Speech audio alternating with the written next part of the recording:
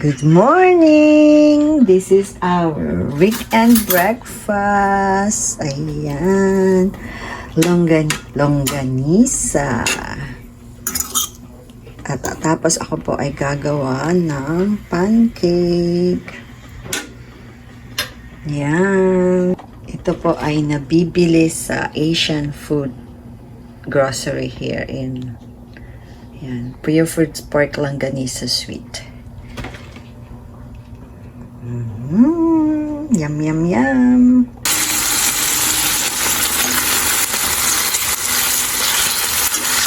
Weekend breakfast. Yan. Pag-gising lang po namin. Siyempre, medyo, ng oras? 8? Pag weekend, medyo pero nasa bed, tulog, gising na, pero nasa bed lang, hindi ka nagmamagaling bumangon, not unlike na may pasok ka. Yan, ito po ang ating aalmusalin. Pancake. Pero mayroon po kaming leftover rice. Hindi ko alam kung aking sasangag or just plain rice. Yan. Nagagawa na rin ako ng pancake in the other pan.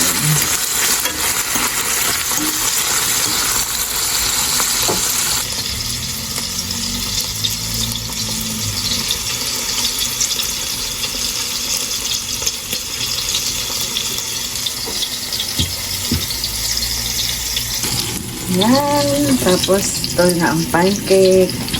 I'm craving for pancake for today's almusal. Yan. Okay na po ito. Ano-ano ko lang. Pastahin. And our pancake. Almusal natin.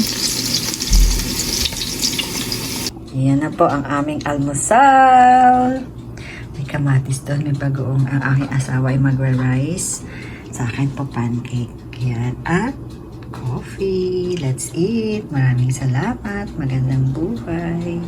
Hello! Kagagaling lang po namin grocery. Kasi it's the weekend. After ng aming longganisa breakfast and pancake. Yan. Galing po kami ng grocery. Kakatapos lang, kakarating lang namin sa bahay. Yan. At syempre, atin nang i-organize yung ating pinamili. Bumili kami ng kangkong. Kasi kangkong is life.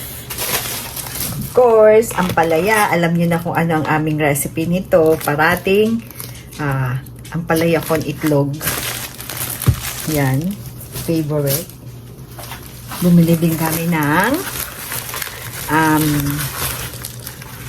sweet corn. Syempre. Tapos, this one, Baguio Beans, pag gustong mabilisang saute, vegetable, stir fry. Bang mga nabili namin, of course, egg. Yan. Yan yung mga aming pinamili. Yan. Fruits. Tapos, ito. Bihon. Kasi yung alaga ko, parati kong nagre-request na magbihon daw ako. Pansit, sabi niya. Pansit. Tapos, tomatoes. Yan. Tapos, itong apple. Kasi, yung gala. Kasi ito ang gusto ng aking asawa. One apple. Binabaon niya lang yan. Yan.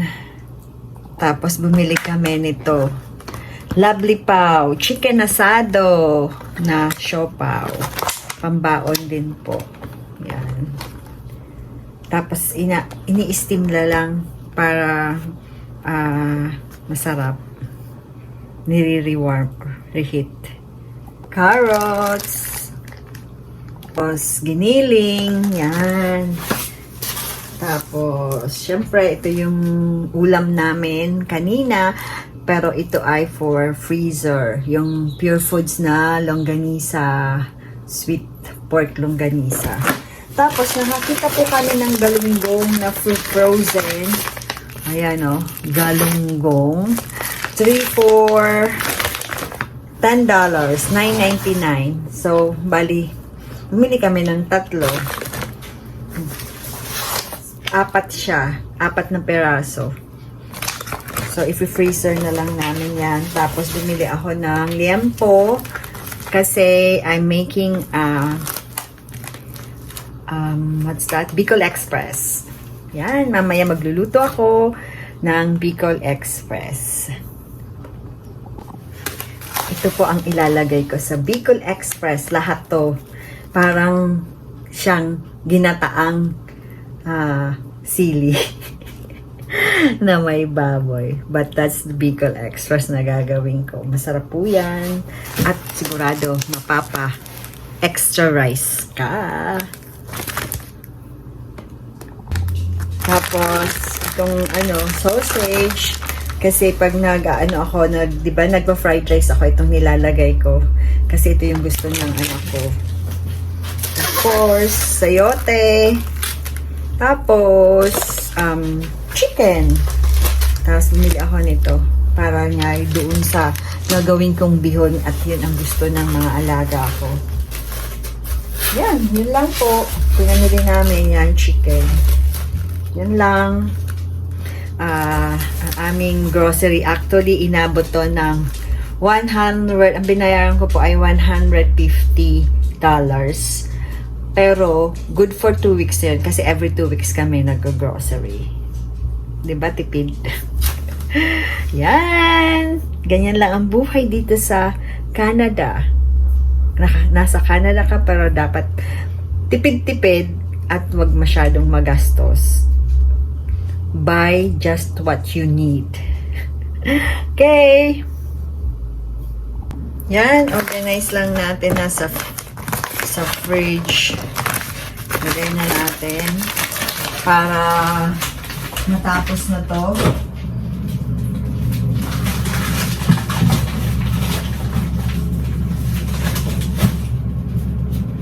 Actually, hindi pa ako magluluto kasi meron pa kaming nagluto siya kahapon ng steam pampano. Yun po ang aming ulamin ngayong lunch. Ayan. Nilabas ko na po, ayan. Steam pampano. Hindi namin nakain kagabi. Tapos, yun ang ulamin naming lunch ngayon. Yan. Yan lang po. Sana kayo ay wag magsasawang panoorin ang aking channel. At maraming salamat po sa mga nanunood. Sana po lahat tayo ay nasa mabuting kalagayan at parating ginagabayan ni Lord sa araw-araw. Maraming salamat. Magandang buhay.